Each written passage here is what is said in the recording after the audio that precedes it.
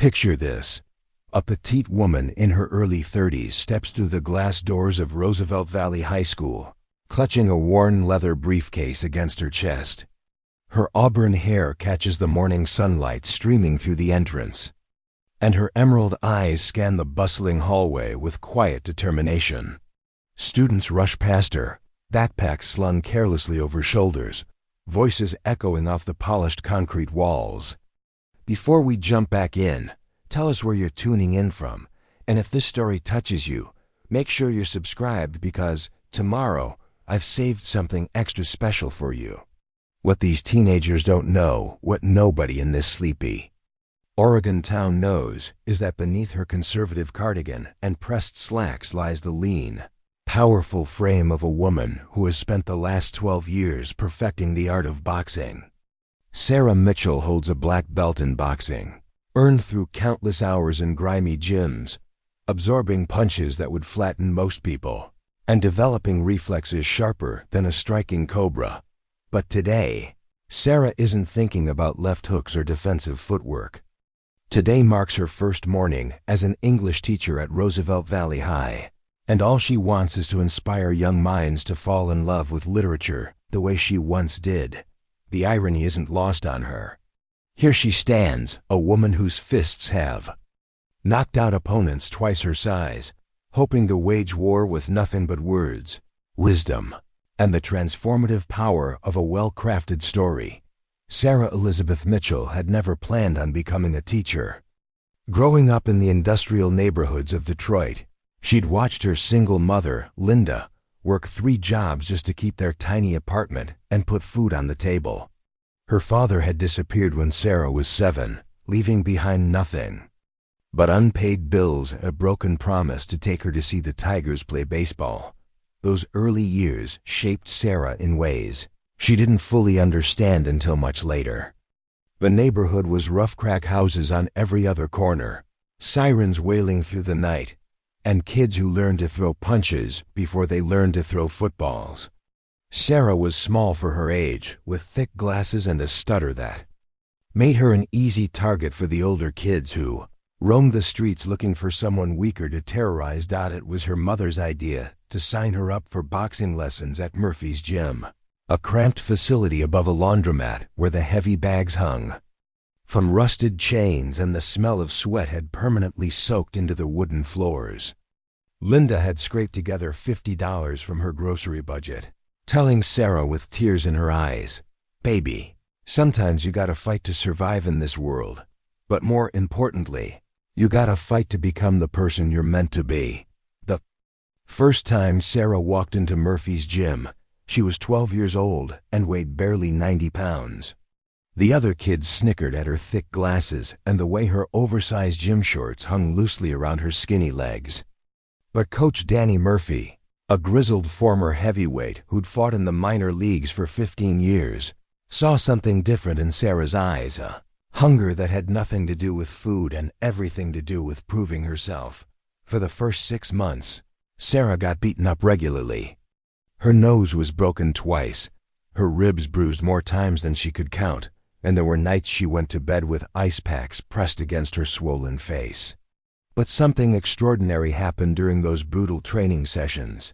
Sarah discovered she possessed an almost supernatural ability to absorb punishment and keep moving forward. Coach Murphy noticed it first. Most kids quit after the first real punch to the gut, he told Linda one evening as they watched Sarah methodically work the speed bag, her movements becoming more precise with each repetition. "Your daughter's different. She gets knocked down. She gets back up. She gets knocked down again. She gets back up faster. I've never seen anything like it." By the time Sarah turned 16, she was competing in amateur tournaments across Michigan.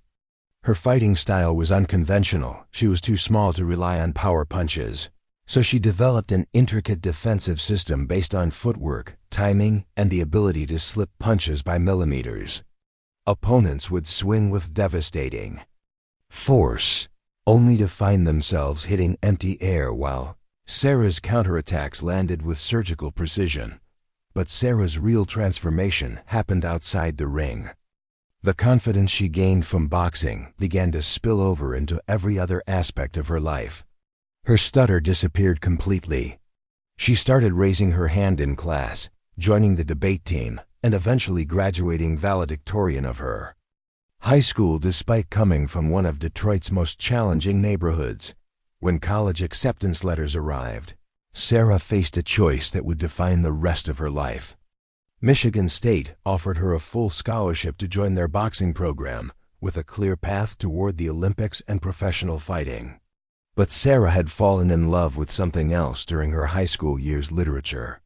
She'd discovered that stories had the same transformative power as boxing, the ability to take someone who felt powerless and show them they could overcome any obstacle.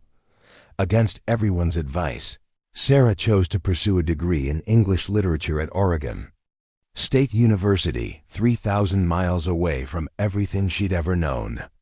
She continued boxing as a hobby, training at local gyms and competing in regional tournaments.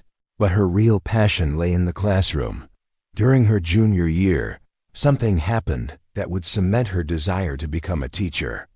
She was volunteering at a youth center in Portland, helping disadvantaged kids with their homework, when she met Marcus, a 14-year-old boy whose story mirrored her own. He was small, angry, and convinced that the world had already decided his fate.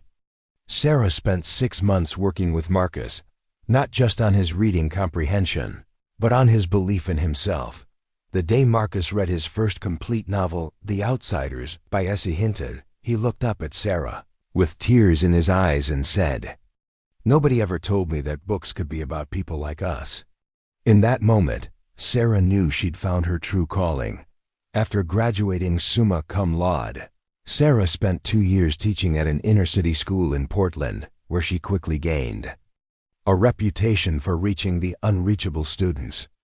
Her unconventional methods, incorporating physical fitness into literature discussions, using boxing metaphors to explain character development, and never backing down from challenging behavior, produced remarkable results. But Sarah had grown tired of the urban environment. She craved something different, a place where she could focus purely on teaching without the constant distractions of city life. When she saw the job posting for Roosevelt Valley High School, nestled in a picturesque Oregon town surrounded by mountains and forests, it felt like destiny calling. Roosevelt Valley seemed like the perfect place for a fresh start. The town of 15,000 people prided itself on its family values, excellent schools, and the kind of community spirit that big cities had forgotten. The high school boasted modern facilities, state-of-the-art technology, and test scores that consistently ranked in the top 10% statewide. What Sarah didn't know, what nobody bothered to mention during her phone interview or the brief campus tour, was that Roosevelt Valley High harbored its own unique set of challenges. Beneath the veneer of academic excellence and community pride lurked a toxic culture of entitlement and unchecked privilege that had been festering for years. The town's prosperity came primarily from the tech industry. Many of Roosevelt Valley's parents worked for major corporations in nearby Portland, earning 6-figure salaries and living in custom-built homes that sprawled across carefully manicured subdivisions. Their children attended Roosevelt Valley High with the assumption that success was their birthright, that rules were suggestions rather than requirements, and that consequences were things that happened to other people. This culture of entitlement had created a unique form of bullying at Roosevelt Valley High. It wasn't the crude physical intimidation that Sarah had witnessed in Detroit schools. Instead, it was sophisticated, psychological warfare waged by students who understood that their parents' influence could shield them from virtually any consequence. The ringleader of this toxic environment was a student named Brandon Cole, though Sarah wouldn't learn his name until much later. Brandon was 17 years old, stood 6 feet tall, and possessed the kind of natural charisma that made adults trust him instinctively. His father, Robert Cole, owned the largest construction company in the region and sat on the school board. His mother, Patricia, ran the PTA and organized most of the town's major social events. Brandon had never received a detention, never been suspended, and never faced any meaningful consequences for his actions. This wasn't because he was well behaved, quite the opposite. Brandon had perfected the art of psychological manipulation, turning students against each other, spreading rumors that destroyed reputations, and orchestrating elaborate schemes that drove teachers to nervous breakdowns. Beside Brandon stood his two closest allies, Trevor Martinez and Kyle Harrison. Trevor was the son of a prominent attorney and possessed an almost supernatural ability to twist words and situations to his advantage. Kyle's parents owned a chain of successful restaurants, and he had inherited their talent for reading people's weaknesses and exploiting them with ruthless efficiency. Together, these three students had created an invisible reign of terror at Roosevelt Valley High. They never left bruises or broken bones. Their weapons were shame, humiliation, and social destruction. They targeted anyone who dared to challenge the status quo.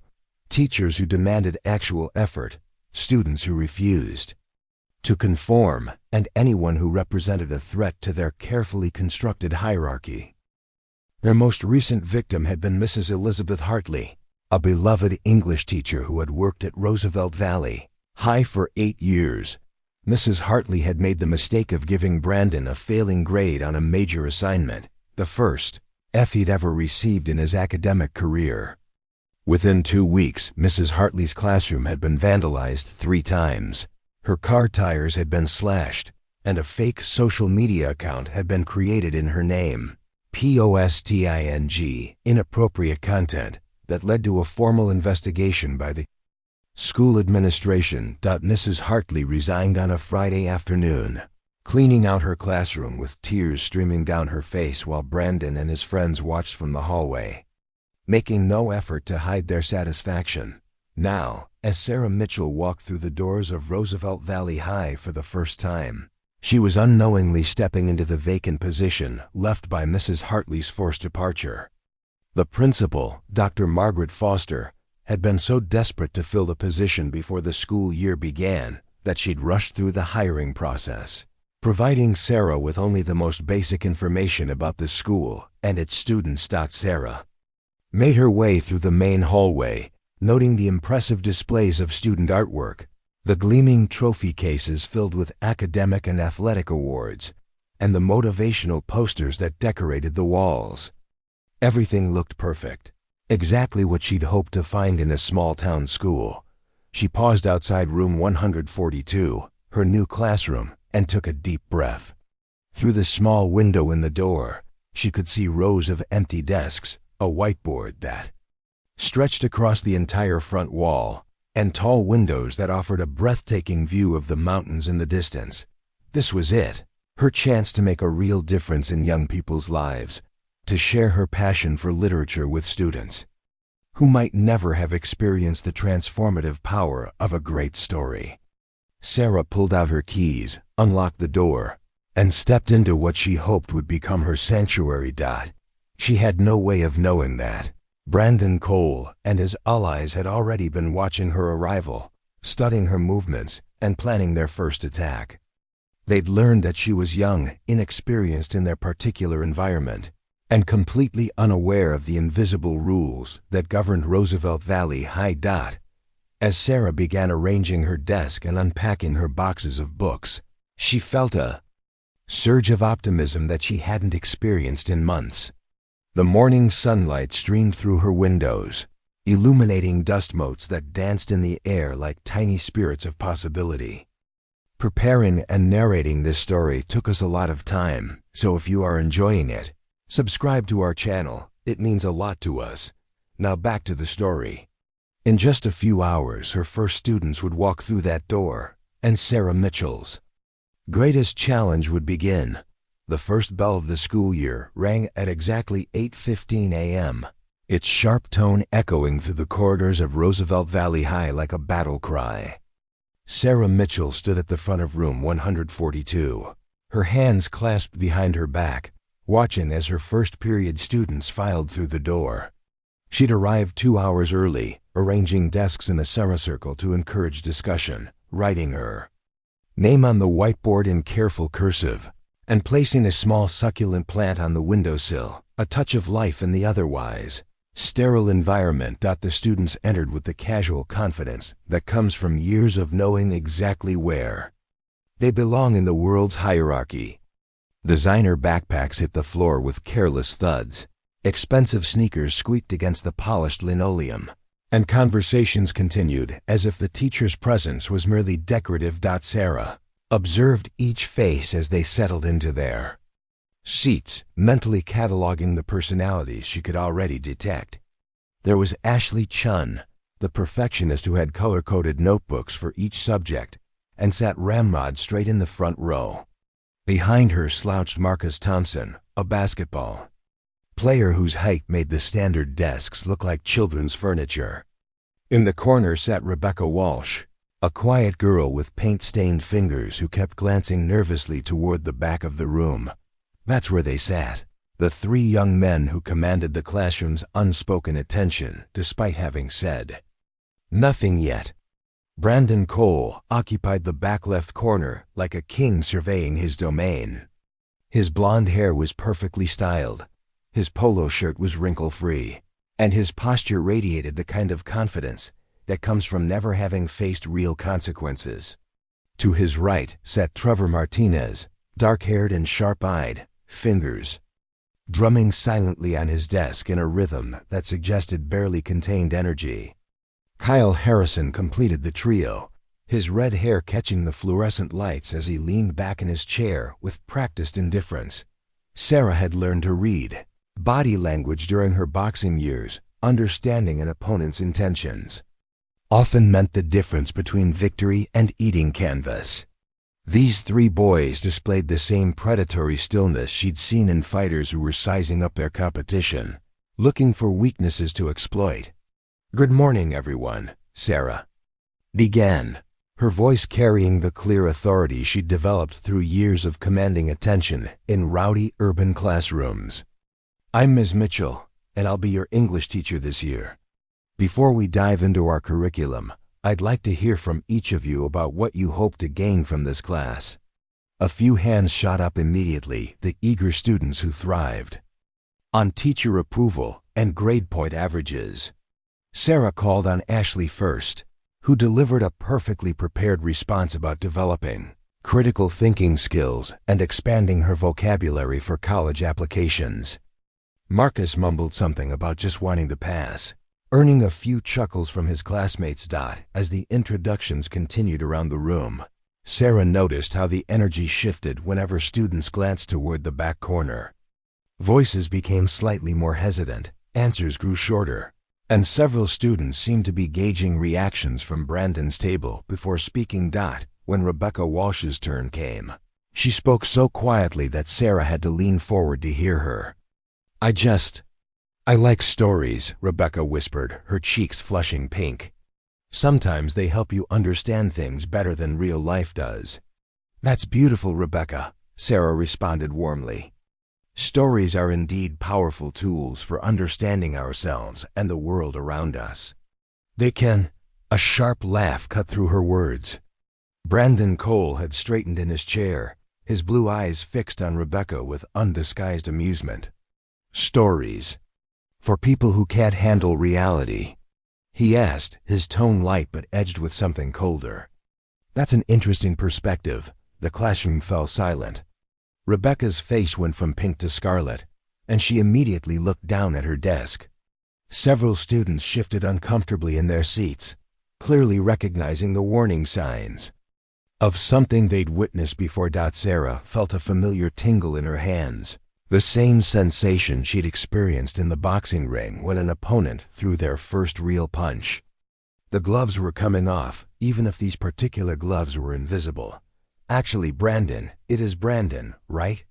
I'd argue that the greatest stories help us handle reality better, not escape from it," Sarah replied, keeping her voice level and professional. "Literature gives us tools to process experiences, understand different perspectives, and develop empathy. Those are pretty essential skills for navigating the real world."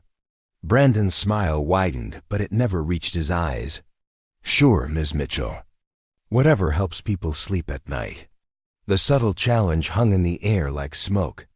Trevor and Kyle exchanged glances, their postures shifting slightly forward, pack animals, recognizing the beginning of a hunt.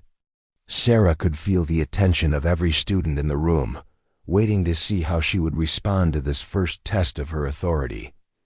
But instead of taking the bait, Sarah simply nodded and moved on to the next student.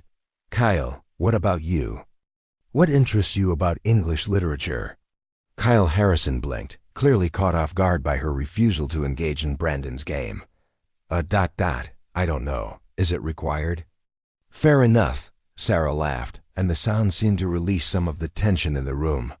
Honesty is always appreciated. Anyone else brave enough to admit they're here because they have to be?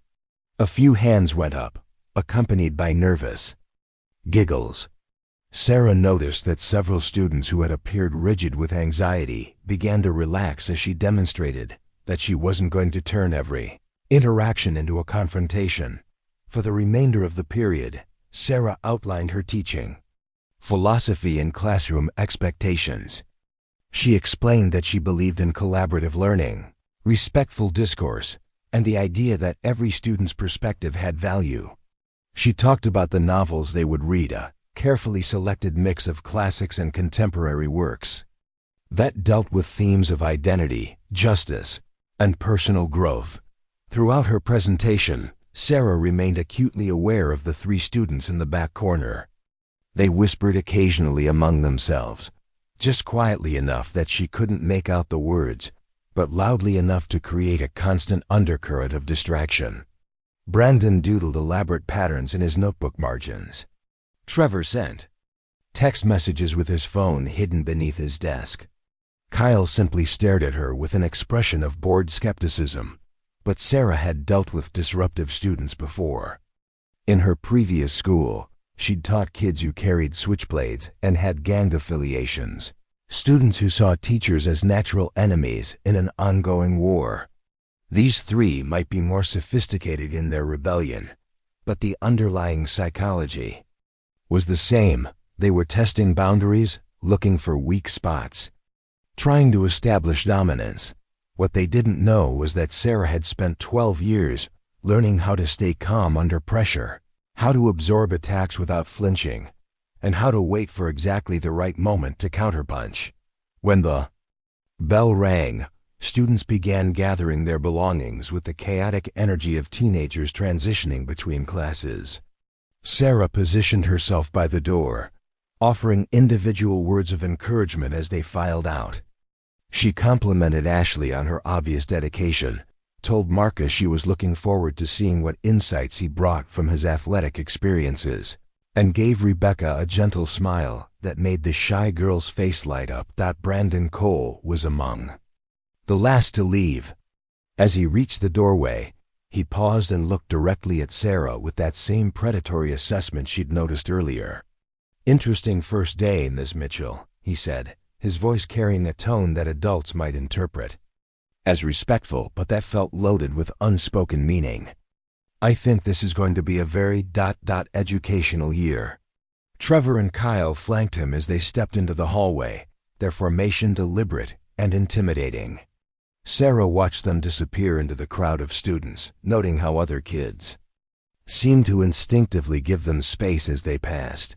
After the classroom emptied, Sarah sank into her desk chair and allowed herself a moment to process what had just occurred. The challenge had been subtle but unmistakable. Brandon Cole had marked her as a target, and his allies were already falling into formation. She recognized the signs because she'd seen them before, in different forms and different environments. But there was something else Sarah recognized, something that Brandon and his friends couldn't possibly know about her. During her boxing career, she'd faced opponents who tried to intimidate her with stare-downs and psychological warfare. She'd learned that the fighters who spent the most energy on intimidation were often the ones who were least prepared for a real fight. Sarah pulled out her lesson plan for the second period and began making small adjustments. She had 6 more classes to get through today, and she suspected that word would spread quickly about the new teacher who hadn't immediately crumbled under pressure. By tomorrow, Brandon Cole and his allies would likely escalate their tactics. That was fine with Sarah. She'd been preparing for this fight her entire life, even if she'd never expected it to take place in a literature classroom rather than a boxing ring. The morning sunlight continued to stream through her windows, but Sarah no longer saw it as purely hopeful. Instead, it reminded her of the way light hit the canvas in Murphy's gym back in Detroit, bright enough to see clearly, harsh enough to show every flaw, and unforgiving enough to reveal exactly who had the strength to keep standing when the real battle began. Outside her classroom, the hallways of Roosevelt Valley High buzzed with the familiar rhythms of teenage life, but Sarah Mitchell was already preparing for war. By Wednesday morning of Sarah's first week, the honeymoon period was officially over. She arrived at school to find her parking space deliberately blocked by an expensive BMW with temporary plates, a classic, passive-aggressive move that forced her to park in the far corner of the faculty lot and walk an extra 200 yards. In the October rain, the custodian, Mr. Jim Rodriguez, was waiting by her classroom door with a concerned expression and a steaming cup of coffee. Jim was a compact man in his 50s who'd worked at Roosevelt Valley High for over 15 years, and Sarah had quickly learned that he saw everything that happened in the building.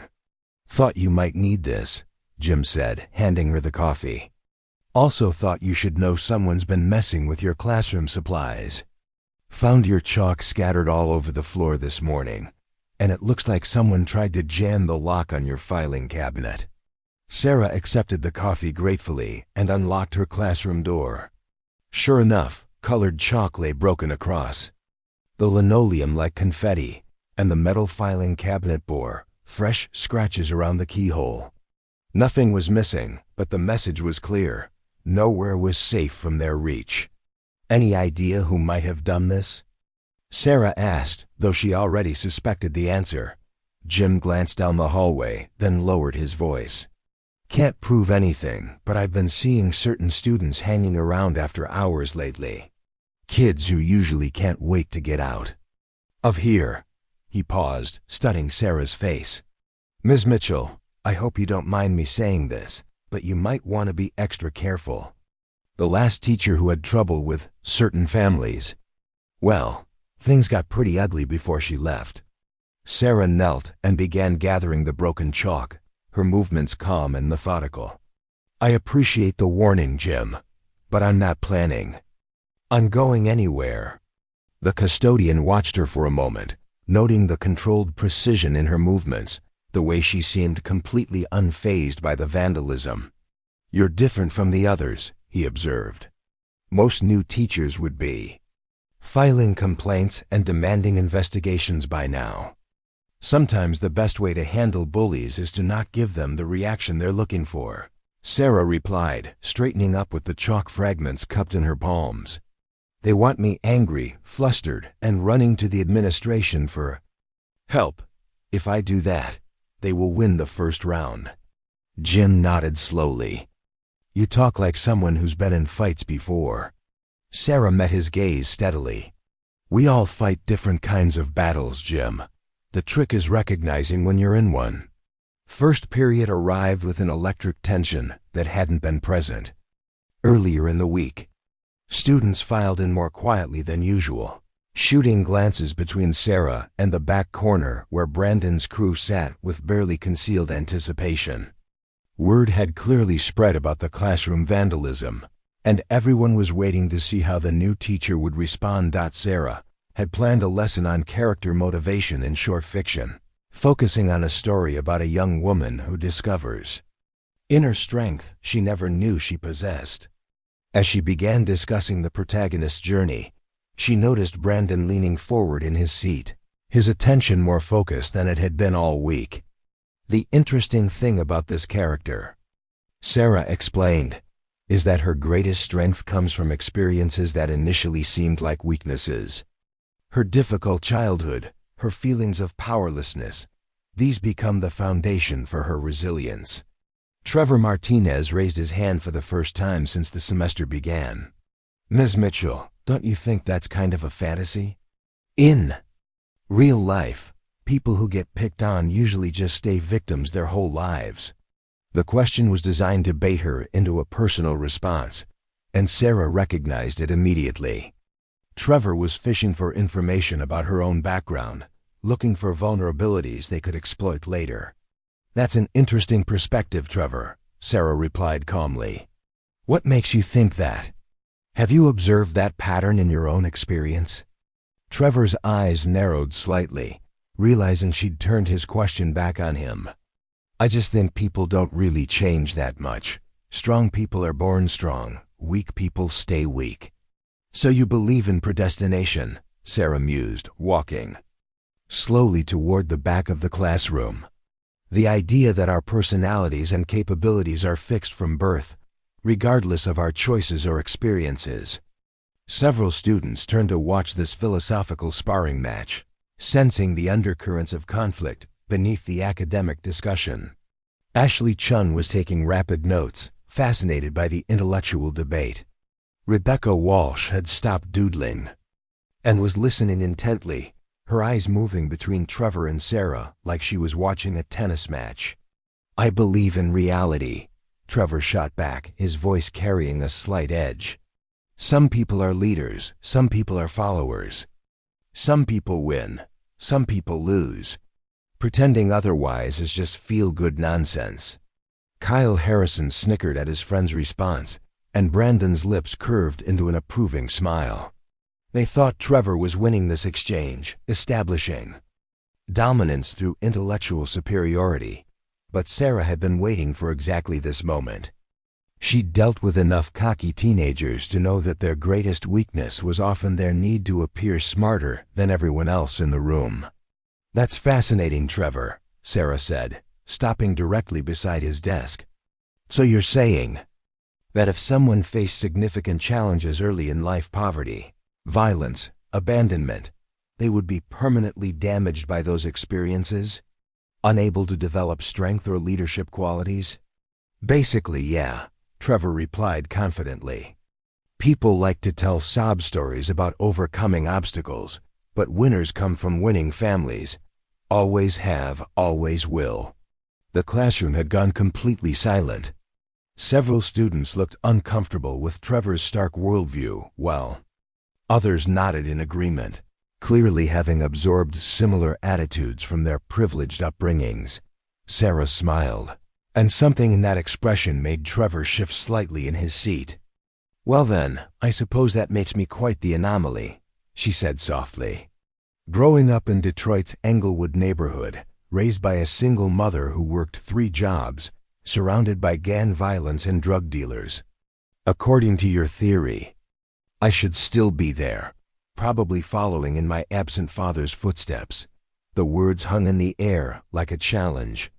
Trevor's confident expression faltered as he realized he'd walked directly into a trap. Sarah had just revealed personal information that completely contradicted his argument, and she'd done it in a way that made him look callous and naive. Brandon's jaw tightened as he watched his lieutenant's advantage evaporate. This wasn't going according to plan.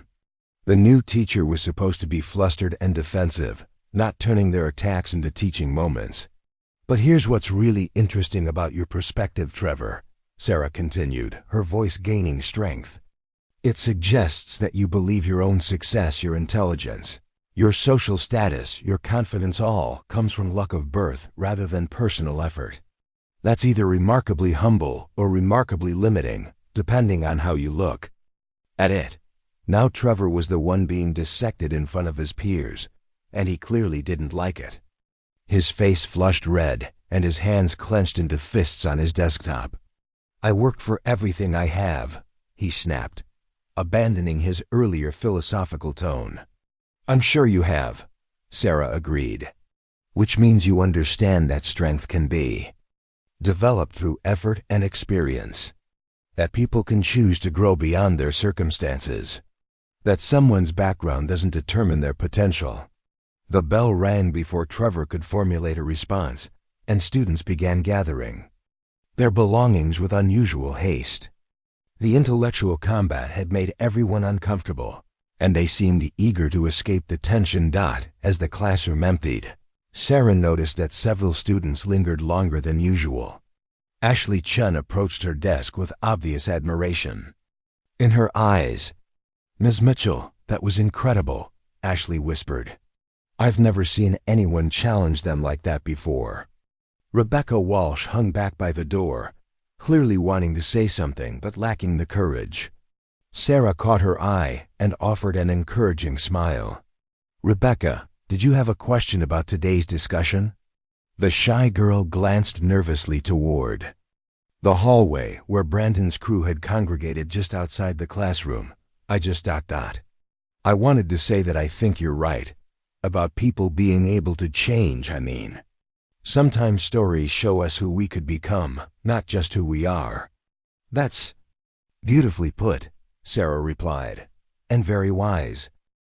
After Rebecca disappeared into the crowd of students, Sarah began erasing the whiteboard, but her mind was already racing ahead to the next phase of this conflict. She'd won the first direct confrontation, but that victory would come at a cost. Brandon Cole and his allies now knew they were dealing with someone who wouldn't be easily intimidated or manipulated. They would escalate. Sarah had seen this pattern before in the boxing ring, fighters who started with jabs and feints, probing for weaknesses, gradually increasing the power and frequency of their attacks until they found something that landed. The difference was that in boxing, you knew when the real fight was about to begin. Here at Roosevelt Valley High, the gloves were already off, but the opponents were still hidden in shadows, and the rules of engagement remained dangerously unclear. As she gathered her materials for the second period, Sarah reflected on Jim Rodriguez's warning about her predecessor. She made a mental note to find out exactly what had happened to the previous English teacher, and more importantly, what mistakes that woman had made that led to her departure. Because one thing was becoming crystal clear: Brandon Cole, Trevor Martinez, and Kyle Harrison weren't going to stop until they'd either broken her completely or discovered that they'd picked a fight with someone who knew how to hit back twice as hard as she'd been hit. The morning rain had stopped, and weak sunlight filtered through her classroom windows, but Sarah Mitchell could feel the storm that was still coming. The attacks came from all directions over the next 2 weeks, each one carefully calculated to avoid detection while systematically dismantling Sarah's credibility and peace of mind. Brandon Cole had learned from Trevor's failed frontal assault during the philosophical debate. Direct confrontation wasn't the answer. Instead, they would wage a war of attrition, death by 1,000 cuts. It started with the parking lot incident. On Monday morning, Sarah arrived to find her Honda Civic surrounded by orange traffic cones and caution tape, with a handwritten sign reading, "Hazardous vehicle, do not approach." Students gathered around, snapping photos and giggling, while Sarah calmly removed the barriers and drove to her usual spot. She noticed Kyle Harrison filming her reaction from across the lot, his phone held discreetly at waist level. Tuesday brought the fake email campaign. Sarah's colleagues began receiving messages that appeared to come from her personal account, containing rambling complaints about the school's standards, inappropriate comments about specific students, and thinly veiled threats to shake things up at Roosevelt Valley High. By lunchtime, 3 teachers had approached her with concerns about her unprofessional communications. Dr. Margaret Foster, the principal, called Sarah into her office that afternoon. Dr. Foster was a woman in her late 50s who'd built her career on avoiding controversy and maintaining the school's pristine reputation. She sat behind her mahogany desk like a judge preparing to deliver a sentence. "Sarah, I need to address some concerning reports that have come to my attention," Dr. Foster began, her voice carefully neutral. "Several staff members have received emails from your account that contain ... inappropriate content." Sarah had been expecting this conversation. She'd spent her lunch break forwarding the fake emails to the IT department and documenting the IP addresses they'd originated from. Dr. Foster, those emails didn't come from me. Someone has either hacked my account or created a spoofed address. I've already reported it to tech support. I see. Dr. Foster shuffled through a stack of printouts. On her desk. These messages reference specific incidents from your classes. Sarah, details that would be difficult for an outsider to know. Which suggests that whoever's behind this has access to information about my teaching methods and classroom discussions. Sarah replied calmly, I'd be happy to help investigate who might have that kind of access. Dr. Foster's expression suggested she wasn't entirely convinced, but she nodded curtly. I'll look into it. In the meantime, I strongly recommend you change all your passwords and be more cautious about your digital communications. The meeting felt like a warning disguised as concern, and Sarah left the principal's office knowing that her credibility had taken its first real hit. Brandon's crew was playing a sophisticated game, using the adult's own bureaucratic systems against her. Wednesday escalated to physical harassment. Sarah discovered that someone had been following her home, noting her daily routines and the security measures at her apartment complex. She found evidence of this surveillance when she caught a glimpse of Kyle Harrison's distinctive red hair disappearing around a corner near her building. Later that evening, she received a series of anonymous text messages containing detailed descriptions of her apartment layout, her evening jogs through the neighborhood, and even the brand of coffee she'd purchased at the local grocery store. Psychological impact was immediate and intense. Sarah had always been hyper-aware of her surroundings, a habit developed during her childhood in Detroit's dangerous neighborhoods, but now she felt genuinely stalked. Every shadow could hide a threat. Every coincidental encounter might be orchestrated surveillance. But the most insidious attack came Thursday morning, targeting the students who had begun to support her. Rebecca Walsh arrived at the first period, with red-rimmed eyes and a bandage on her left hand. When Sarah asked what had happened, Rebecca mumbled something about an accident in art class and refused to make eye contact. Ashley Chun, normally eager to participate in discussions, sat silently throughout the entire lesson, her usual confidence replaced by nervous fidgeting. After class, Sarah approached Ashley at her locker. Is everything okay? You seemed upset during our discussion today. Ashley glanced around nervously, then leaned closer to Sarah. Ms. Mitchell, some people are saying things about you. Bad things. And they're saying that students who support you might be making mistakes. What kind of mistakes? Rebecca's art project got destroyed yesterday. Someone poured paint thinner all over her sculpture right before it was supposed to be displayed. And Marcus Thompson got suspended for having alcohol in his gym locker, except he swears he's never drunk anything stronger than energy drinks. Sarah felt a cold anger building in her chest. Brandon's crew wasn't just targeting her anymore. They were going after vulnerable students who'd shown her kindness or respect. This was a level of cruelty that crossed every line she'd established for herself. Ashley, has anyone threatened you directly? The girl's silence was enough. Ashley closed her locker with trembling hands and hurried away without another word, leaving Sarah standing alone in the crowded hallway.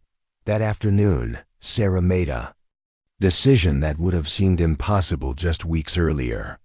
She drove to Portland's east side, navigating through neighborhoods that reminded her of Detroit's grittier districts, until she found what she was looking for, Murphy's Boxing Gym West, a sister facility to her old training ground.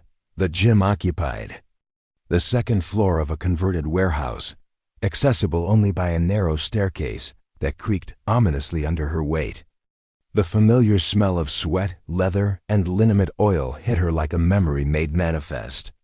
Heavy bags hung from reinforced ceiling beams, speed bags rattled against their platforms, and the sound of gloves hitting leather echoed throughout the queue.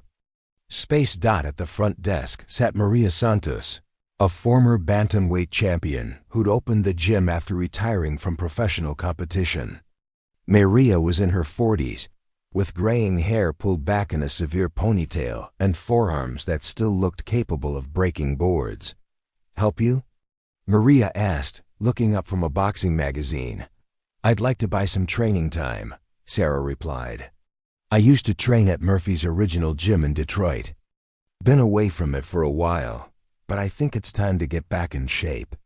Maria studied Sarah with the practiced eye of someone who'd seen hundreds of wannabe fighters walk through her doors. You look like you know your way around a gym. What's your background? 12 years of training. I competed in amateur tournaments through college.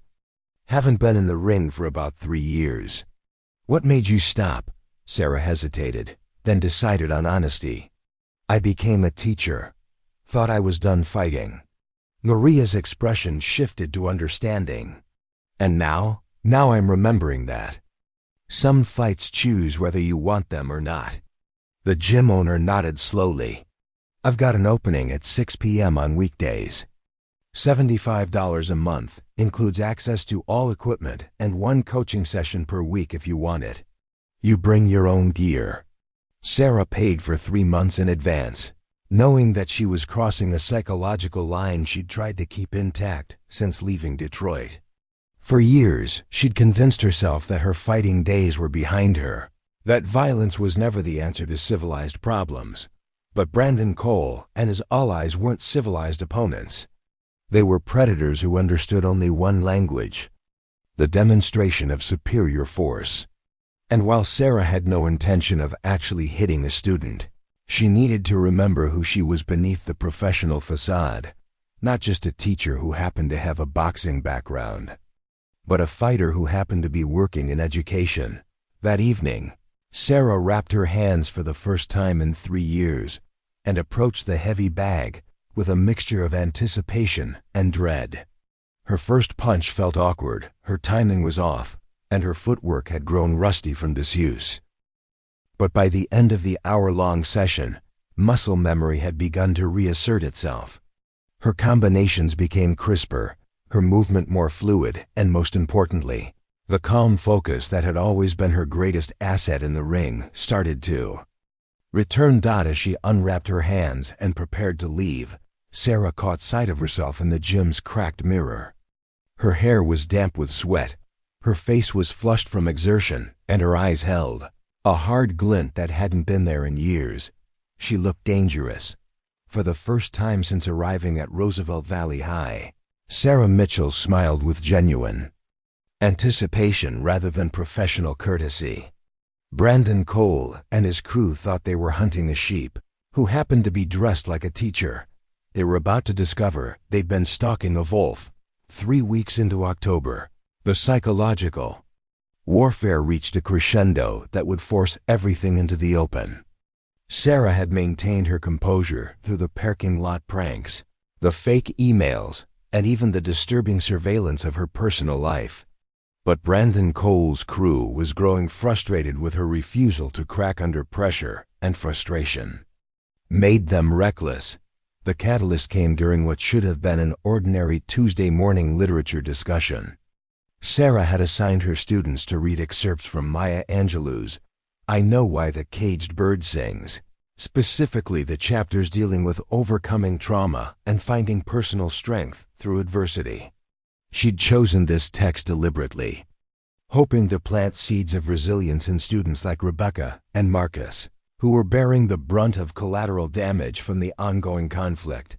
The lesson plan called for students to work in small groups, analyzing Angelou's use of metaphor and symbolism. Sarah had arranged the desks into clusters of 4, intentionally mixing social groups to prevent the formation of exclusive cliques. Brandon found himself grouped with Rebecca Walsh, Ashley Chun, and David Kim, a quiet sophomore who rarely spoke in class but consistently turned in thoughtful written work. At first, the discussion proceeded normally. Ashley took her usual role as group leader. Rebecca contributed insights about the artistic elements in Angelou's prose, and David offered thoughtful observations about the historical context. Brandon remained silent, doodling elaborate geometric patterns in his notebook margins. But as the conversation deepened, focusing on Angelou's descriptions of finding inner strength after experiencing powerlessness. Something shifted in Brandon's demeanor. His jaw tightened, his pencil pressed harder against the paper. And when Rebecca made a particularly insightful comment about how victims could reclaim their agency, he finally spoke. "This is garbage," Brandon announced, his voice loud enough to cut through the classroom's productive hum. Just another victim playing the sympathy card for attention. The room went silent. Rebecca's face drained of color, and she immediately looked down at her hands. Ashley's mouth fell open in shock, while David simply stared at Brandon with undisguised disgust. Sarah approached their group calmly, having learned to recognize the warning signs of Brandon's escalations. "Brandon, would you like to elaborate on your perspective? What specifically troubles you about Angelou's approach to discussing trauma?" "The whole 'poor me, I suffered so now I'm wise' thing," Brandon replied, his voice dripping with contempt. "People love to make excuses for their failures by blaming their past. Real strength is moving on without whining about it." Rebecca's hands began to tremble. Everyone in the classroom knew that she'd been in foster care for most of her childhood, bouncing between homes and dealing with neglect that had left her shy and anxious. Brandon's words weren't just literary criticism.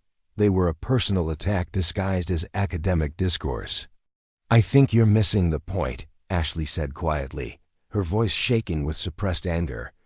"Angelou isn't making excuses. She's showing how people can transform pain into wisdom." "Right," Brandon laughed, but there was no humor in the sound. "And I'm sure Rebecca here thinks she's going to transform all her daddy issues into some kind of artistic genius. Right, Rebecca?" The words hit like a physical blow. Rebecca's face crumpled, tears spilling down her cheeks as she pushed back from the desk and ran toward the door. But Brandon wasn't finished. "Running away again?" he called after her. "Guess some people never learn new tricks." David Kim, who had remained silent throughout his 2 years at Roosevelt Valley High, suddenly stood up. His chair scraped against the floor with a harsh screech that drew everyone's attention. "You're a monster," David said, his voice clear and steady despite his obvious fear. "Rebecca never did anything to you. None of us did anything to you. Why do you have to be so cruel?" Brandon's face flushed red with anger. In his world, quiet kids like David Kim were supposed to remain invisible, never challenging the established hierarchy. This public defiance was intolerable.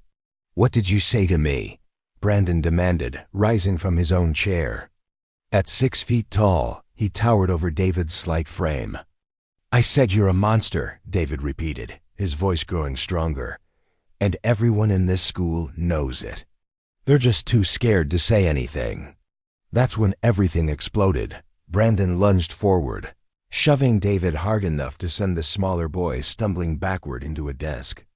Ashley screamed, and several students jumped to their feet. Trevor Martinez and Kyle Harrison, who had been watching from across the room, immediately moved to support their leader.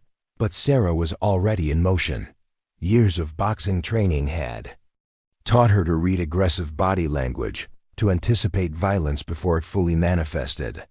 She'd seen Brandon's muscles tense, noticed the shift in his weight distribution, recognized the signs of someone about to throw a punch.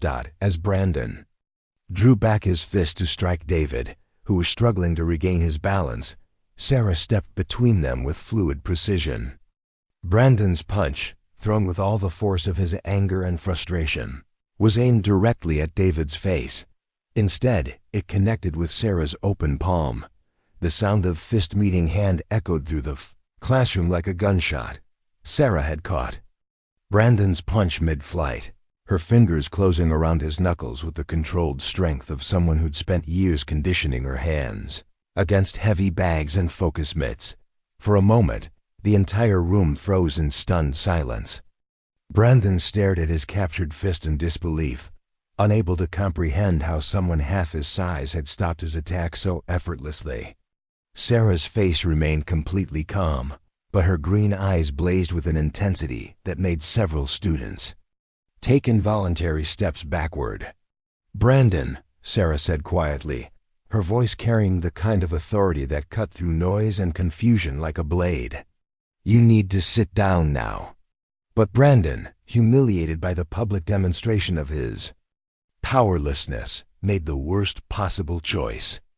Instead of de-escalating, he tried to pull his hand free and swing with his left fist. Sarah's response was automatic, a defensive reflex honed by thousands of hours of training. She twisted Brandon's captured wrist just enough to off-balance him, then stepped forward and placed her free hand on his chest. The movement looked gentle, almost like a calming gesture, but it contained precisely the right amount of pressure to send Brandon stumbling backward into his chair. Trevor Martinez chose that moment to charge from across the room, clearly intending to tackle Sarah from behind. But Sarah had been tracking his movement in her peripheral vision, and she'd faced multiple opponents before in sparring sessions. As Trevor reached her, Sarah ducked low and swept his legs with a move so fast and smooth that most students barely saw it happen. Trevor crashed to the floor, more surprised than hurt, while Kyle Harrison froze halfway across the room, suddenly reconsidering his commitment to the fight. The entire confrontation had lasted less than 10 seconds, but its impact was seismic. 25 students had just witnessed their new English teacher neutralize 3 of the school's most intimidating bullies without throwing a single punch, without raising her voice, and without appearing to exert any significant effort. Ashley Chun was the first to break the silence, clapping slowly and deliberately. "That was incredible," she whispered. David Kim, still shaken but unharmed, looked at Sarah with something approaching worship. "How did you do that?" Sarah helped Trevor to his feet, checking to make sure he wasn't injured, then turned to address the entire classroom.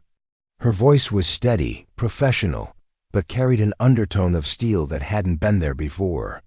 "Violence is never the answer to disagreement," she said clearly. "But protecting people who can't protect themselves is always the right choice. Brandon, Trevor, Kyle, you 3 need to report to the principal's office immediately." Brandon's face had gone from red to pale, his earlier confidence completely shattered. "You can't prove we did anything wrong," he muttered. But the words lacked conviction. Sarah gestured toward the corner of the classroom, where a small security camera had been recording everything. "I don't need to prove anything, Brandon. The evidence speaks for itself." As the 3 boys filed out of the classroom, their usual swagger replaced by sullen defeat, Sarah turned her attention to her remaining students. Many were staring at her with a mixture of awe and confusion, trying to reconcile the mild-mannered English teacher they thought they knew with the woman who'd just demonstrated combat skills that belonged in action movies. "Now," Sarah said, smoothing her cardigan and returning to her lesson plan as if nothing extraordinary had happened, "let's continue our discussion of Maya Angelou's use of metaphor. Ashley, would you like to share your group's analysis?" But everyone knew that everything had changed. The secret was out, the gloves were officially off, and Sarah Mitchell had just announced to Roosevelt Valley High that she was nobody's victim. The real question now was whether the school's administration would support her actions or find a way to blame her for the violence that Brandon Cole's crew had been orchestrating for weeks. Outside the classroom windows, storm clouds were gathering over the Oregon mountains, and Sarah couldn't shake the feeling that the worst of this fight was still to come. The principal's office had never felt smaller or more charged with tension. Dr. Margaret Foster sat behind her imposing desk, flanked by Roosevelt Valley High's athletic director and the district's legal counsel, who had been summoned within an hour of the classroom incident. Across from them, Sarah sat calmly in a hard plastic chair, her hands folded in her lap, while Brandon Cole slumped in the corner with his father, Robert Cole, whose face was flushed with barely contained rage. The security footage had been reviewed 3 times, each viewing making Brandon's culpability more undeniable. The video clearly showed him initiating physical contact by shoving David Kim, then attempting to punch the smaller student before Sarah intervened. Trevor's charge from across the room was equally obvious, as was Kyle's aggressive positioning before he thought better of joining the melee. But Robert Cole wasn't interested in facts. As one of Roosevelt Valley's most influential parents and a major donor to the school's athletic programs, he was accustomed to situations being resolved in his family's favor, regardless of evidence. "This is absolutely unacceptable," Robert declared, his voice booming in the confined space. "My son was assaulted by a teacher who clearly has some kind of martial arts training that she failed to disclose during the hiring process. This woman is a danger to every student in this school." Dr. Foster shifted uncomfortably in her chair, caught between her duty to support her staff and her fear of alienating the school's most powerful families. "Mr. Cole, the video clearly shows that Ms. Mitchell was protecting another student from your son's attack. Brandon was defending himself against that Korean kid's verbal assault." Robert shot back, ignoring the fact that David Kim was third-generation American and had never raised his voice above conversational level. "Teachers are supposed to de-escalate situations with words, not physical force. I want this woman fired immediately, and I want assurances that Brandon won't face any disciplinary action for defending himself." Sarah had remained silent throughout this exchange, recognizing the political dynamics at play. She'd seen this same scenario in her previous school, where wealthy parents wielded influence like weapons and administrators chose the path of least resistance rather than the path of justice. But when Dr. Foster's gaze turned to her with an expression that suggested she was considering Robert Cole's demands, Sarah finally spoke. "Dr. Foster, I'd like to clarify a few things about what happened today," Sarah said, her voice calm but carrying an edge of authority that made everyone in the room pay attention. "First, I have never hidden my background from anyone. My resume clearly states that I have extensive martial arts training, and I mentioned it during my interview as a qualification for handling classroom management issues." Dr. Foster's eyebrows rose slightly. She clearly didn't remember this detail from Sarah's hiring process, but the legal counsel was already taking notes. "Second," Sarah continued, "I used the minimal force necessary to prevent one student from seriously injuring another. Brandon's punch was aimed at David Kim's face with enough force to cause significant damage. My defensive actions prevented an assault that could have resulted in a broken nose, concussion, or worse. You attacked my son," Robert Cole shouted, half rising from his chair. "No, Mr. Cole, I prevented your son from attacking someone else," Sarah replied calmly. "And if you review the footage carefully, you'll notice that I never struck Brandon or Trevor. I used defensive techniques to neutralize their aggression without causing injury." The legal counsel, a sharp-eyed woman named Janet Morrison, leaned forward with interest. "Ms. Mitchell, can you describe your exact training background? This could be relevant to determining whether your response was appropriate under the circumstances." Sarah had been dreading this moment, but she knew that honesty was her only viable strategy. "I have 12 years of boxing training, including competition at the amateur level. I hold a black belt certification and have experience in defensive tactics. I've never used these skills in a school setting before today." "A black belt in boxing?" Brandon spoke for the first time since entering the office, his voice containing a mixture of fear and grudging respect. "Boxing doesn't traditionally use belt rankings," Sarah explained, "but some schools have adopted the system to indicate advanced training levels. The point is that I'm qualified to assess threats and respond proportionally." Janet Morrison was typing rapidly on her laptop. "Dr. Foster, has the district ever had policies regarding staff members with martial arts backgrounds?" "Not specifically," Dr. Foster admitted. "We've had teachers who were former military or law enforcement, but we've never addressed martial arts training explicitly." Robert Cole sensed that the conversation was slipping away from his preferred narrative. None of this changes the fact that she assaulted students. I don't care about her qualifications. She put her hands on my son. Actually, Mr. Cole, Janet Morrison interjected. Oregon state law is quite clear about teachers' authority to use reasonable physical force to protect students from harm. If Ms. Mitchell's actions prevented serious injury to another student, she was well within her legal rights. The room fell silent as the implications of this statement sank in. Robert Cole's face went from red to purple, while Brandon shrank further into his chair, finally understanding that his father's influence might not be enough to escape consequences this time. Dr. Foster cleared her throat nervously. Mr. Cole, I think we need to address the broader pattern of behavior that led to today's incident. The security footage shows Brandon initiating physical contact, and we have documented evidence of ongoing harassment targeting both Ms. Mitchell and other students. What evidence? Robert demanded. Dr. Foster opened a thick folder on her desk. Vandalism of Miss Mitchell's classroom, fake emails sent from spoofed accounts, surveillance of her personal residence, and intimidation of students who have supported her. The IT department has traced several of these incidents to devices registered to your son and his associates. Sarah watched as Robert Cole's bluster began to deflate. He was a businessman who understood leverage, and he could see that his position was becoming untenable. Brandon finally spoke up, his voice barely above a whisper. Dad, maybe we should just be quiet, Brandon, Robert snapped. But his tone lacked its earlier conviction.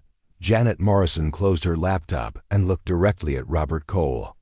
Mr. Cole, I need to inform you that the district could potentially face liability issues if we don't address this situation appropriately. If other parents learn that we failed to protect students from documented harassment, the legal ramifications could be significant. The implicit threat was clear. Robert Cole's influence was powerful, but it wasn't worth risking the entire district's legal standing. Dr. Foster seized on this opening. I think the best path forward is a comprehensive review of all involved. Ms. Mitchell will undergo a formal evaluation of her classroom management techniques, but based on today's evidence, I don't see grounds for disciplinary action. Brandon, however, will face a 3-day suspension for initiating physical contact with another student. 3 days? Robert Cole exploded. For defending himself? For assaulting another student, Dr. Foster corrected, her voice gaining strength as she realized she had legal backing. And Mr. Cole, I strongly recommend that Brandon and his friends participate in counseling sessions to address their behavior patterns. This isn't the first incident we've had to investigate. Sarah had remained silent during this administrative chess match, but she could see that the momentum had shifted decisively in her favor.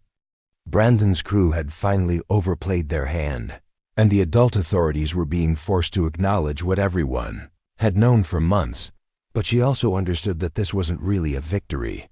Brandon Cole wasn't going to accept a 3-day suspension and counseling at the end of this conflict. If anything, the public humiliation of being defeated by his English teacher and then disciplined by the administration would only intensify his desire for revenge. As the meeting broke up and the various parties filed out of Dr. Foster's office, Sarah caught Brandon's eye for just a moment. What she saw there wasn't the shame or remorse that might lead to genuine change. Instead, she saw the cold calculation of someone who was already planning his next move. The battle was over, but the war was far from finished. Walking back to her classroom, Sarah reflected on the afternoon's events.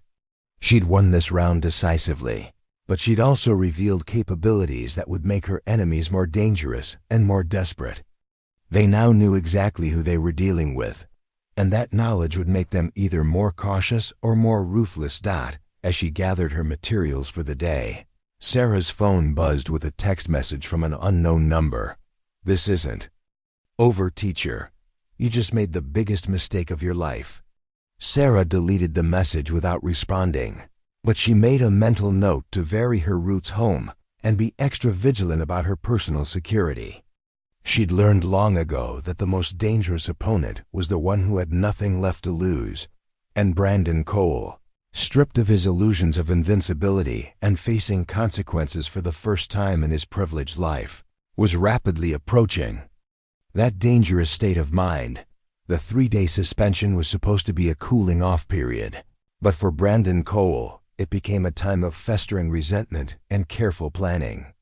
While Trevor Martinez and Kyle Harrison attended mandatory counseling sessions and tried to avoid further trouble, Brandon spent his forced absence from school orchestrating what he considered the ultimate revenge against Sarah Mitchell. His father's influence, while diminished, still carried weight in certain circles. Robert Cole made discreet inquiries about Sarah's background, hiring a private investigator to dig into her life in Detroit.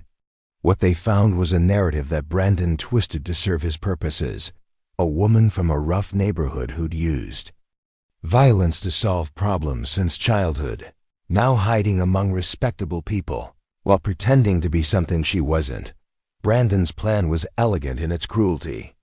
He would wait until the perfect moment, when Sarah was most vulnerable, most isolated, and then expose her true nature in a way that would make her defensive actions in the classroom look like the tip of a violent iceberg. He would force her to react with the aggression he believed lurked beneath her professional facade, and he would make sure there were enough witnesses to destroy her career permanently. The opportunity came during the school's annual literature night, a prestigious event where students presented dramatic readings and teachers showcased their academic programs to parents and community members. Sarah had volunteered to coordinate the event, seeing it as a chance to demonstrate the transformative power of storytelling and to highlight the achievements of students like David Kim and Rebecca Walsh, who had blossomed under her encouragement. The gymnasium had been transformed into an intimate performance space, with portable lighting and a small stage constructed by the drama department. Parents filled folding chairs arranged in neat rows, while students prepared backstage for their presentations. The atmosphere was festive and supportive, exactly the kind of community celebration that Roosevelt Valley High prided itself on hosting. Sarah moved through the crowd, checking on performers and coordinating with the technical crew. She wore a simple black dress and had styled her hair in an elegant updo, playing the part of the devoted educator perfectly. But beneath her professional smile, she remained alert to potential threats. The anonymous text messages had continued throughout Brandon's suspension, growing more specific and menacing. Brandon appeared halfway through the evening, accompanied by Trevor and Kyle, all three dressed in suits that made them look like young businessmen rather than suspended students. They'd entered through a side door, technically violating the terms of their discipline, but no one seemed willing to confront them at such a public event. Dr. Foster noticed their presence and approached Sarah with obvious concern. "Should we ask them to leave? They're not supposed to be on school property during their suspension." Sarah watched as Brandon positioned himself near the stage, his eyes tracking her movements with predatory focus. "Let them stay," she said quietly. "If we make a scene now, it'll disrupt the students' presentations, but keep security aware of their location." The evening proceeded smoothly for the first hour. Ashley Chun delivered a powerful reading from Toni Morrison's Beloved, her voice carrying across the gymnasium with newfound confidence. David Kim performed a dramatic monologue from To Kill a Mockingbird that brought tears to several parents' eyes. Rebecca Walsh, who had barely spoken above a whisper at the beginning of the school year, commanded the stage during her presentation of Maya Angelou's Still I Rise, her voice strong and clear as she delivered the poem's defiant final lines. Sarah felt a surge of pride as she watched these students, young people who had found their voices partly through her encouragement, demonstrate the kind of growth that made teaching worthwhile. But she also noticed Brandon's increasing agitation as the evening highlighted the positive changes that had occurred in her classroom. The moment came during the final presentation of the night. Marcus Thompson, the basketball player who had initially showing little interest in literature, had surprised everyone by volunteering to read excerpts from Walter Dean Meyer's Hoops, a novel about a young athlete navigating the temptations and opportunities of urban life. His reading was authentic and moving, connecting with many parents who recognized their own children's struggles in the character's journey. As Marcus reached the climactic scene, where the protagonist chooses integrity over easy money, Brandon Cole stood up and began slow clapping, the sound echoing mockingly through the gymnasium. "Beautiful performance, Marcus," Brandon called out, his voice carrying clearly through the suddenly silent space. "Really inspiring to see someone overcome their circumstances." The word circumstances dripped with enough disdain to make its meaning clear to everyone present. Several parents turned to stare at Brandon, while Marcus froze on stage, his confidence visibly draining away. Sarah stepped forward from her position near the stage. "Brandon, please take your seat. Marcus isn't finished with his presentation." "Oh, I think he is," Brandon replied, his voice gaining volume and confidence as he realized he had everyone's attention. "Just like I think we're all finished pretending that everything's normal around here." Dr. Foster began moving toward Brandon, but he raised his hand to stop her approach. "Don't worry, Dr. Foster, I'm not here to cause trouble. I'm here to share some important information with our community." Trevor and Kyle flanked him, forming a protective triangle as Brandon pulled out his phone and connected it to the gymnasium's sound system through the technical booth. Within seconds, his voice was amplified throughout the space. "Ladies and gentlemen, parents and community members," Brandon announced, "I think you have a right to know exactly who you've entrusted with your children's education."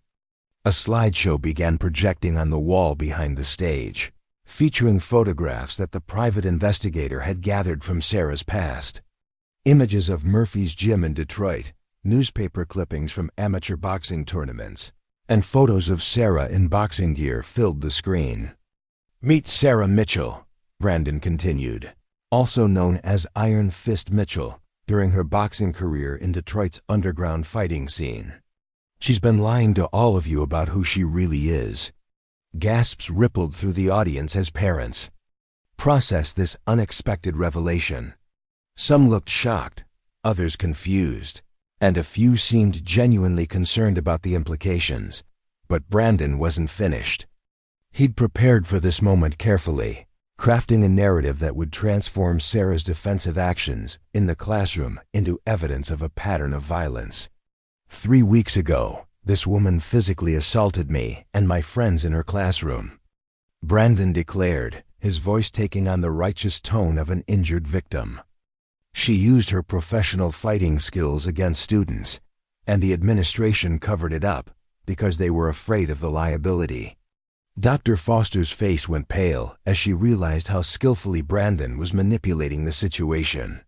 The truth that he had initiated the violence and Sarah had protected another student was lost in the emotional impact of his performance. "My friends and I have been afraid to speak out," Brandon continued, "because we knew what she was capable of. But when I saw her up there tonight, pretending to be a caring teacher while students like Marcus and Rebecca performed, I couldn't stay silent anymore. These kids deserve to know they're safe in their classrooms." The gymnasium buzzed with confused conversations as parents tried to process these accusations. Some called out questions, others demanded explanations, and a few began moving toward the exits with their children. Sarah stood at the center of this chaos, watching as months of careful relationship building crumbled under Brandon's calculated assault. She could feel the community's trust evaporating, could see doubt creeping into the faces of parents who had welcomed her just hours earlier. This was the moment Brandon had been orchestrating since her first day at Roosevelt Valley High. Her complete professional destruction in front of the entire community.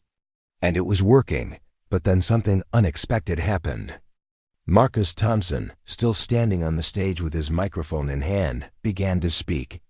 "That's not what happened," Marcus said, his voice cutting through the confused chatter. The amplification system carried his words clearly throughout the gymnasium, drawing everyone's attention back to the stage. Miss Mitchell didn't attack anyone, Marcus continued, his initial nervousness replaced by growing determination. Brandon and his friends have been terrorizing students in this school for years. They destroyed Rebecca's art project. They planted alcohol in my locker to get me suspended, and they've been sending threatening messages to anyone who stands up to them. Ashley Chun stood up from her seat in the audience.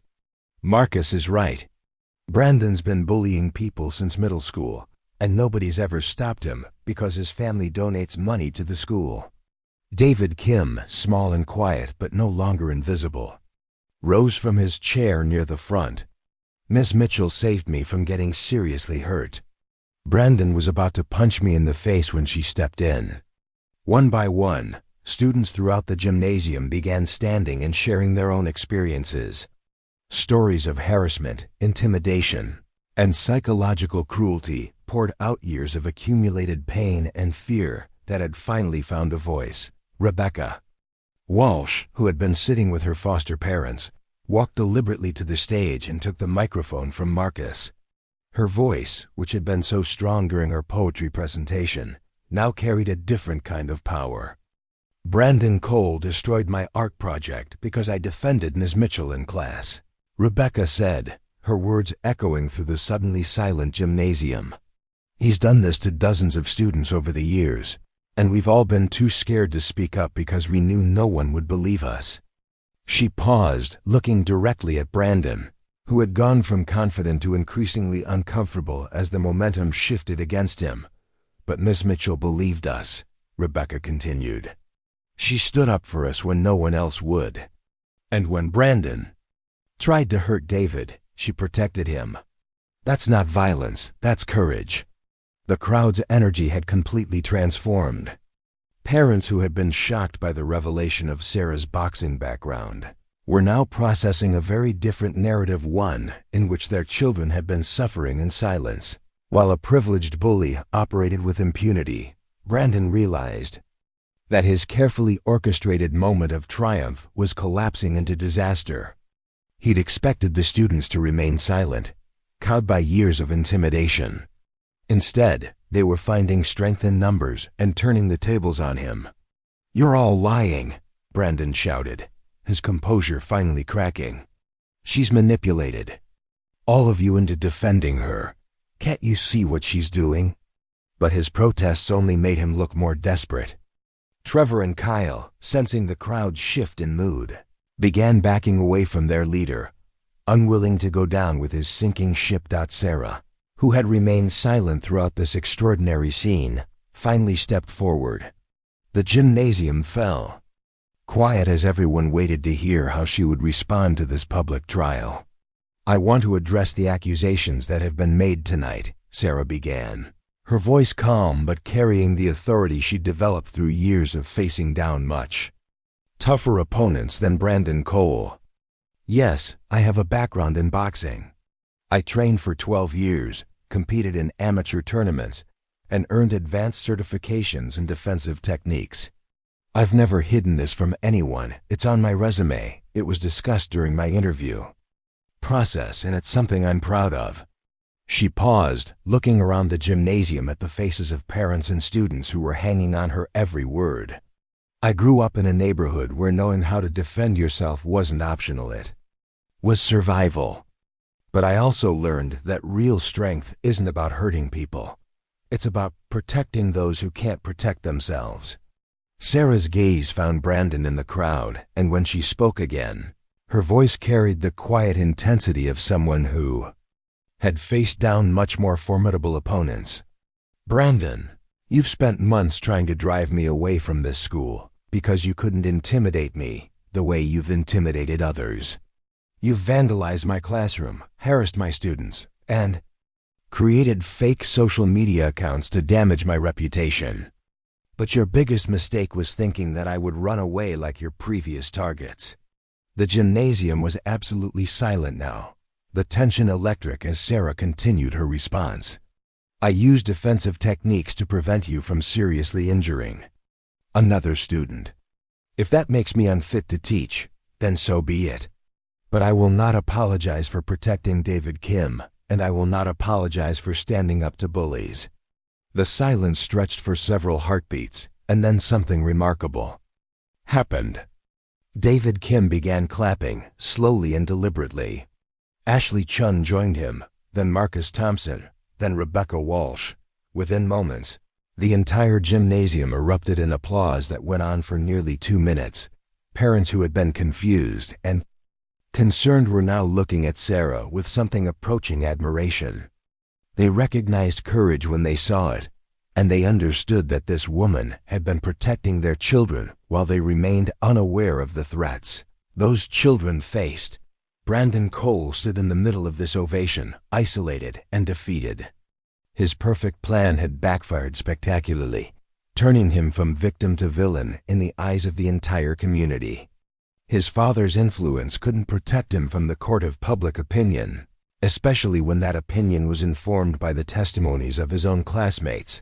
Dr. Foster approached the microphone, her face a mixture of relief and determination. "Thank you all for sharing your experiences tonight. The administration will be conducting a comprehensive investigation into these allegations, and appropriate actions will be taken." She paused, then added, "I want to publicly state that Ms. Mitchell has the full support of Roosevelt Valley High School's administration. Her actions in protecting students have been exemplary, and we are fortunate to have an educator of her caliber on our staff." As the crowd began to disperse, many parents approached Sarah to thank her personally and to apologize for initially doubting her actions. Students who had been silent for years came forward to share their own stories of harassment and to express gratitude for finally feeling safe to speak up. Brandon Cole slipped out through the same side door he'd entered, accompanied by Trevor and Kyle, who were clearly eager to distance themselves from their former leader. His grand gesture had failed completely, and worse, it had exposed the systematic bullying that the school could no longer ignore.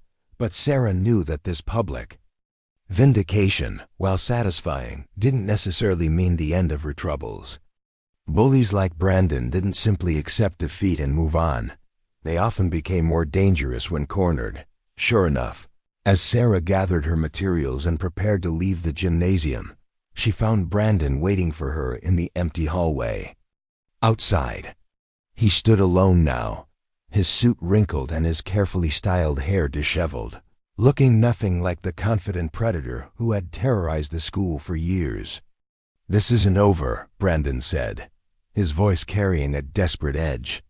"You think you've won, but you have no idea what you've done. Your father has spent years cleaning up your messes," Sarah interrupted, her patience finally exhausted. "But some things can't be fixed with money or influence, Brandon. You're going to have to face consequences for your actions, probably for the first time in your life." Brandon's face twisted with rage and frustration. "You destroyed everything. My reputation, my friends, my future, all because you couldn't mind your own business." "I didn't destroy anything, Brandon. You did that yourself, choice by choice, victim by victim. Tonight just made it visible to everyone else." For a moment, Sarah thought Brandon might try to attack her physically. His hands clenched into fists, his muscles tensed, and she could see the same aggressive body language that had preceded his assault on David Kim.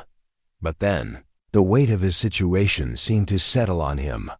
The hallway was empty, but security cameras were recording everything. After tonight's public debacle, any violent action on his part would be the final nail in his coffin. Instead, Brandon Cole, the most feared bully in Roosevelt Valley High's recent history, simply crumpled. His shoulders sagged, his expression crumbled, and for the first time since Sarah had known him, he looked like what he really was, a scared, confused teenager whose worldview had just been shattered. "I don't know how to be anything else," he whispered, the admission torn from somewhere deep inside him. And in that moment, Sarah saw something she hadn't expected to find: the possibility of redemption. Not for the months of harassment and cruelty which could never be excused, but for the future that Brandon could still choose if he was willing to do the difficult work of change. "Then learn," Sarah said simply. "Get help. Real help, not the kind your father's money can buy. Face what you've done and figure out who you want to be instead." She turned to leave, then paused. "Brandon, you're 17 years old. Your life isn't over, but this version of your life is. What happens next is up to you." 6 months later, Roosevelt Valley High was a fundamentally different place.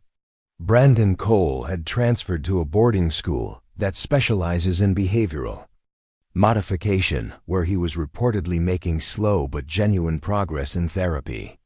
Trevor Martinez had thrown himself into community service, working with younger students on conflict resolution. Kyle Harrison had discovered a talent for writing and was channeling his intelligence into the school newspaper. Sarah's literature classes had become the most popular electives in the school, with waiting lists for enrollment. Students felt safe to express themselves, to take intellectual risks, and to support each other without fear of retaliation. The school's anti-bullying programs had been completely overhauled, with student voices playing a central role in policy development.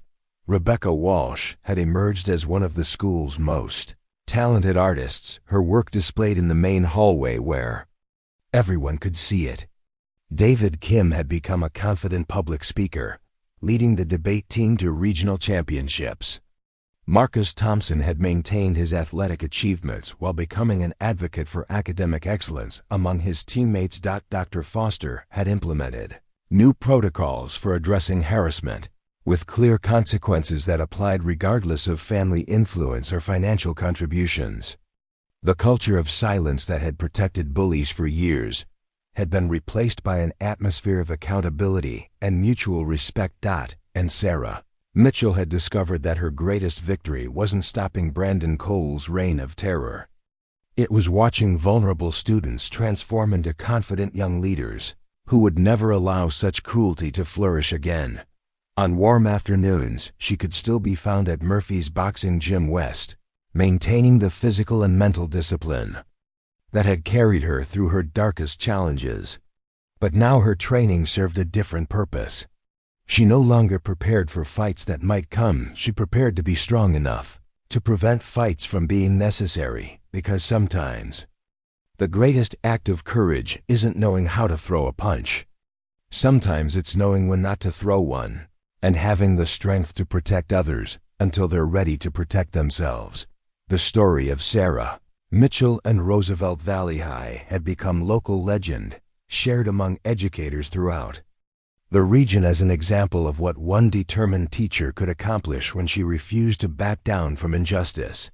But for Sarah, the real victory was simpler and more personal. She had kept the promise she'd made to herself on that first morning in room 142. She had made a difference. And in a world that often felt overwhelmed by cruelty and indifference, that was enough to make every challenge, every risk, and every moment of fear worthwhile.